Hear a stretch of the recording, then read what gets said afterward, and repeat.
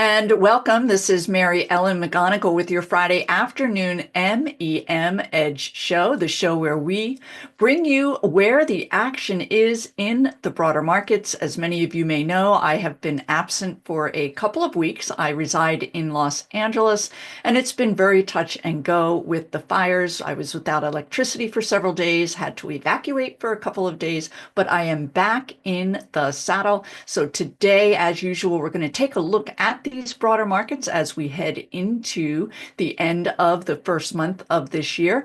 And let's go ahead and start by taking a look at some of the news that drove price action over the last week. Certainly front and center, the Trump trade was very alive.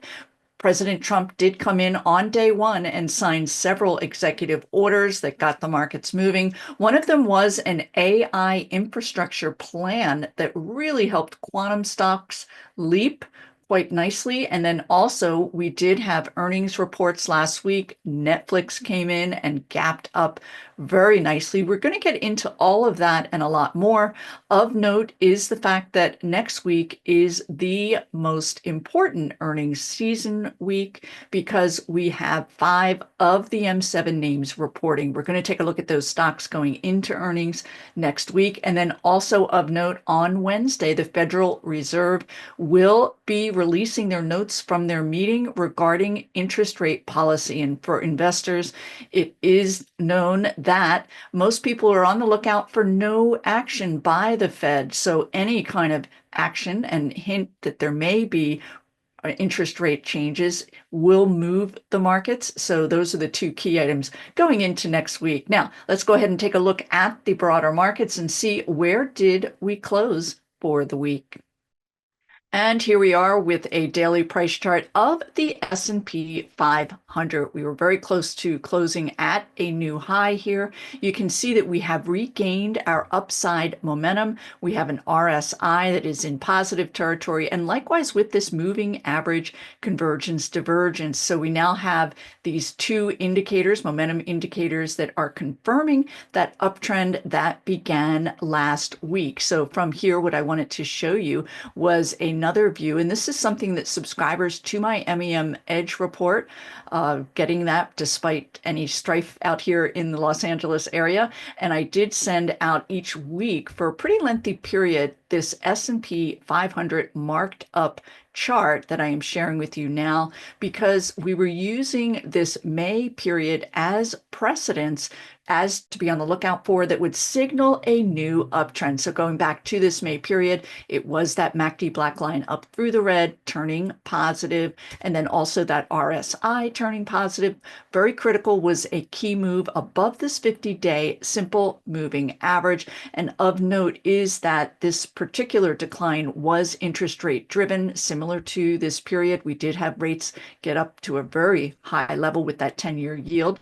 And as rates have declined, we are seeing a nice rally. So this is something that went out over the weekend as far as that new uptrend being established going into this week, and on the lookout for a continuation rally. We are a bit extended, however, above these 10-day shorter term moving average. This is something I'll talk about more in my weekly report that will come out on Sunday. If you haven't already, go ahead and use that button below. You can trial the report for a very nominal fee. We've had a lot of names on the move here of late that are continuing to look quite strong. So here we are with the Nasdaq Composite also up here in positive territory with that RSI and MACD. And also you can see today was a little bit of a struggle for the overall markets as we head into that all-important earnings period next week. And from here, let's go ahead and look beneath the surface of the markets. And we're going to look at the 11 sectors in the S&P 500 sorted by this relative strength indicator. So this is a 2-month daily price chart view, and we're sorting it in descending order. The purpose here is to get your arms around where that relative outperformance. Quite simply, we can see the S&P is positioned here as the 5th spot.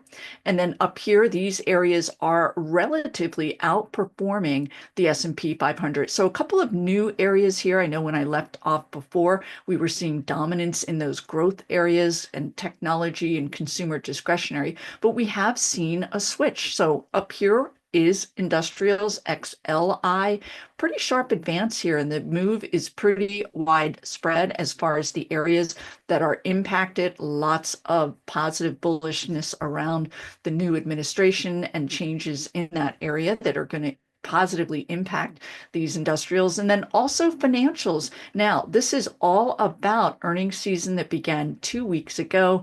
And of those major banks, there were 6 major banks that reported earnings. Each and every one of them came in well above estimates. So in response, we did see this nice gap up into an uptrend. Also bullishness surrounding reduced regulatory constraints because of Trump's lesser indication that he will not be as restrictive. So that's also giving these financials a boost. As we move through, I'll share with you the regional financial group. It's not faring quite as well. This move is a lot to do with these larger money center banks that have investment banking, that the sense is that there'll be a lot more deal making.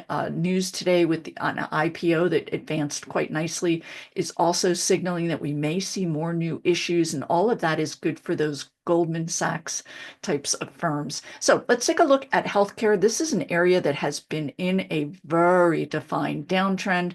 We can take a look at this group XLV. A lot of these larger pharmaceutical names have really been struggling. And let's take a look at this advance that has been taking shape here since mid-December. So at this point in time, XLV healthcare is up above this key 50-day simple moving average. And then we have that MACD now in positive territory. Now, a big mover here, we are going to look at it, is going to be these medical products names. And two of the bigger and best performing names have been on my MEM Edge report, have been participating in this rally, but I'll share with you other areas that are beginning to move to the forefront as well in healthcare. We also have a positive RSI. So not the prettiest of charts, but certainly compelling, and there are certain areas that you will want to focus on. So moving through, taking a look beyond those upper three areas, XLC, we'll take a look there because it too did regain this uptrend. Very beautiful chart, because we can see we're back above that 50-day simple moving average. We have a nice bullish RSI, and take a look, that bullish black line up through the red on communication services. This is going to be primarily internet related. As we move through, I'll share with you two key components that are helping to drive this group back into a bullish stance. So moving through, taking a look, of course, you do want to be aware of where that relative weakness is shaping up, and it is going to be in these more defensive, less growth oriented area. This is staples down here at that lowest area as far as exhibiting weakness, likewise with REIT stocks. And then also technology is down here. We've seen the tech group falter a bit, all about the fact that these M7 names are lagging a bit, which is good news for the broader markets. We're seeing that equal weighted S&P, and let's go ahead and take a quick look at that as we are scrolling through what's shaping up in these markets, because we have seen a bit of vibrancy with that broadening out into industrials and financials and other areas that are beginning to move to the forefront. And here we are. This is the equal weighted that does not give that heavy weighting to those M7 names. And you can see that we've entered bullish territory there as well, something I talked about in my last Sunday report. And I did want to, from here, go ahead and take a look underneath these sectors. We're using ETFs that are really quite helpful as far as embracing again and really refining where that outperformance is shaping up, of course, with an eye toward helping you participate in that outperformance. So again, that RSI 2-month daily price chart view, and it is in descending order. So we talked about healthcare XLV reversing its downtrend. Let's take a look at the leading sub-industry grouping in the markets, and here we are. This is IHI, nice double bottom formation here, a move back above that 50. For those of you not familiar, it is the US Medical Devices ETF, and again, two of their heaviest holdings have had a big weighting, but there are other areas. Now, I also wanted to talk briefly about why healthcare was in such a decline. Of note is that we were already in a declining phase, but this really heavy distribution period here was post-election. It had everything to do with the fact that Trump has named RFK Jr. as the Secretary of Healthcare, and a lot of uncertainty surrounding that appointment. So when you look at healthcare names and medical products, they're not going to be quite as impacted by any healthcare initiatives. It is going to be all about growth, and these companies are growing. So that is an area amid healthcare. Let's take a look at another healthcare area that is beginning to come back into favor, and that is biotech stocks, IBB. You can see that it too, post-election, got hit really quite hard. Again, uncertainty here. So as we take a look here, we are very close to regaining that bullish stance. I will need to see that MACD get back up above this net neutral, and that RSI is positive. And again, this area here at that 200-day could be the next area of possible resistance. It's sitting there at 139. And when we look at biotechs faring well, I'll go ahead and pull up a longer term chart. Generally, it is indicating confidence among investors. The majority of these biotech companies are not reporting earnings, and they are spending rather freely, but also a declining interest rate environment is good for this group as well. Here we are with that rising interest rate environment that I talked about in the broader markets, downtrend reversal. And then here we are with biotechs potentially firming up. So it's an area certainly that I will be keeping a very close eye on. Another major area that did reverse its downtrend over the last week is IGV. This is the software sector ETF, tech software, very widely followed ETF. And you can see that we hit a new high in this sector or this group back in the beginning of December.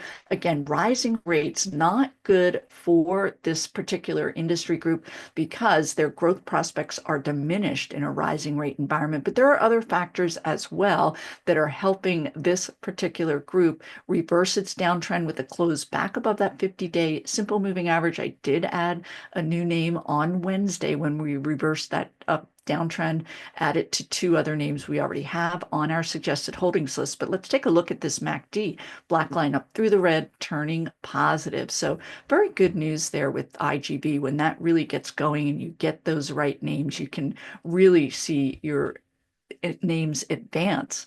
Also, semiconductors also reversing their downtrend, having a little bit of difficulty today. When you see a particular sector and it has a move down more than the broader markets, it can be really helpful.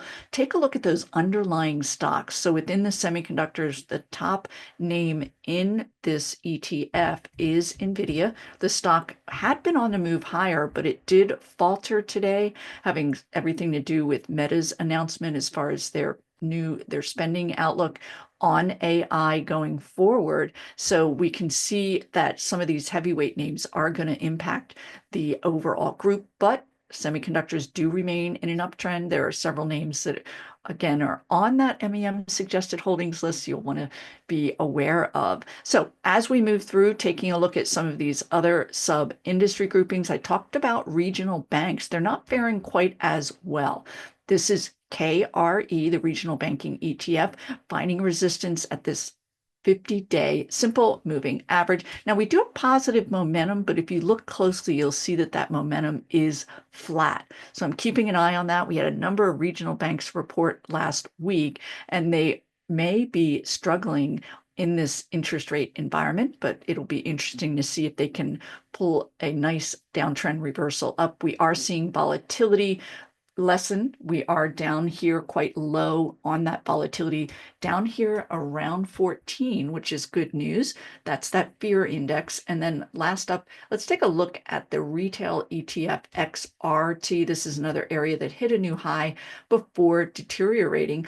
Now, we are on the verge of a nice downtrend reversal. I'm going to share with you one name in this retail space that is breaking out today, looking quite attractive. So if we can close back above that 50, because we have that positive RSI, we have that positive MACD crossover, we could see more vibrancy in these retailers. They are the last to report earnings, so you're not going to get that push as much as elsewhere. And then last up, we'll take a look at that yield on the 10-year Treasury.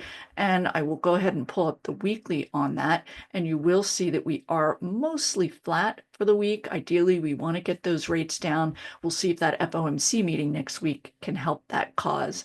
Now, I talked about the M7 names that are reporting next week. Let's go ahead and take a look at a candle glance view of those M7 names. First up, we'll take a look at Netflix up here at the forefront after its gap up on earnings. I believe it was up about 13%.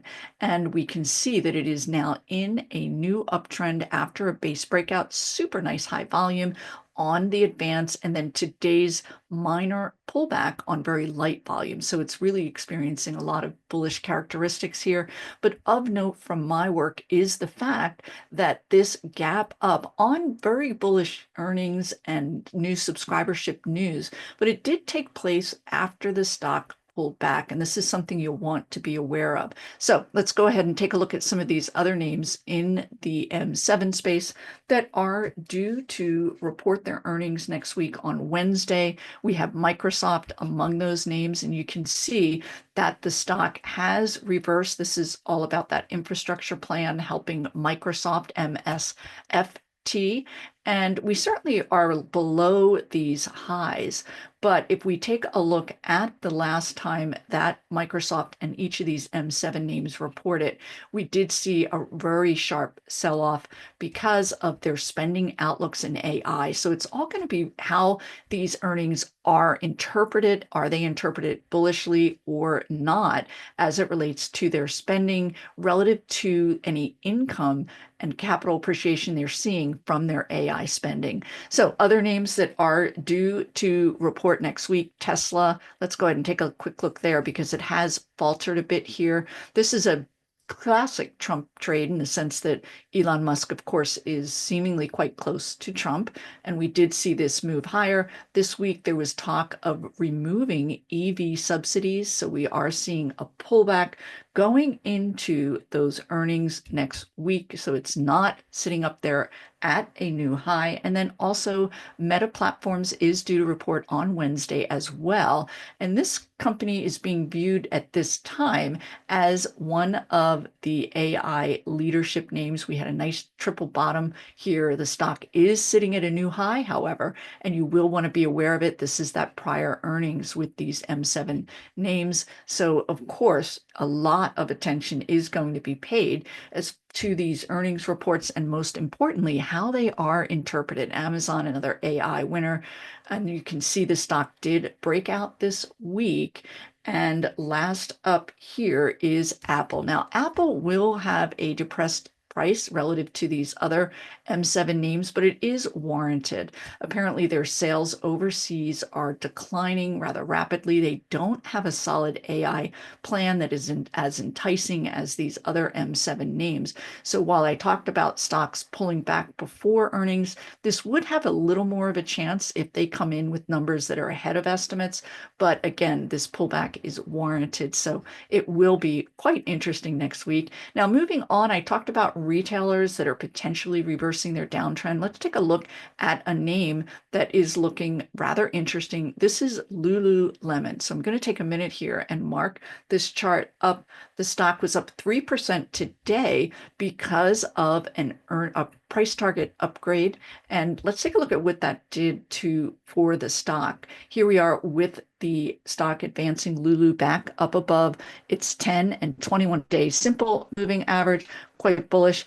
really difficult to see clearly, but we did get some nice volume today. That RSI is now trending quite clearly upward. If we can get that black line up through the red, confirming a new uptrend, we could see further upside in Lululemon. And talking about the fact that there was a price target upgrade, I did want to also highlight the fact that we're in still the very beginning stages of earnings. And it is a period where I would say pay very close attention to companies that are receiving analyst upgrades. Downgrades are going to be equally impactful. Let's take a look at a stock today that did receive an upgrade going into earnings. This is Welltower, WELL. The stock advanced almost 3.5%. We do now have this bullish MACD that is joining a bullish RSI. But again, these analyst upgrades going into earnings for these companies are buying as these upgrades are made. Quite simply, these Wall Street analysts are rarely going to put their neck on the line unless they have some sort of intuitive, nuanced insight that might advance the stock. Also rallying into earnings, VFC is another one, but again, price for perfection overbought. So you will want to take a look at the chart before. I do not advise buying going into earnings. It's just far too risky. But GLW is also, both of these companies are due to report next Wednesday.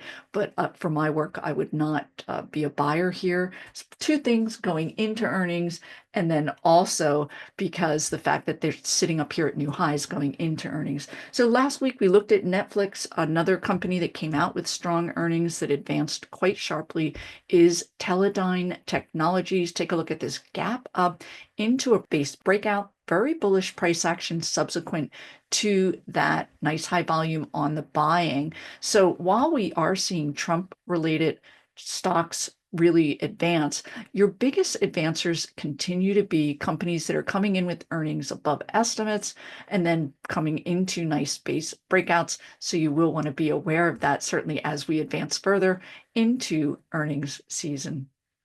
That's it for this week. If you like what you've seen, go ahead and hit that like button. And I'll be on the lookout for you next Friday for our MEM Edge show. Have a great weekend.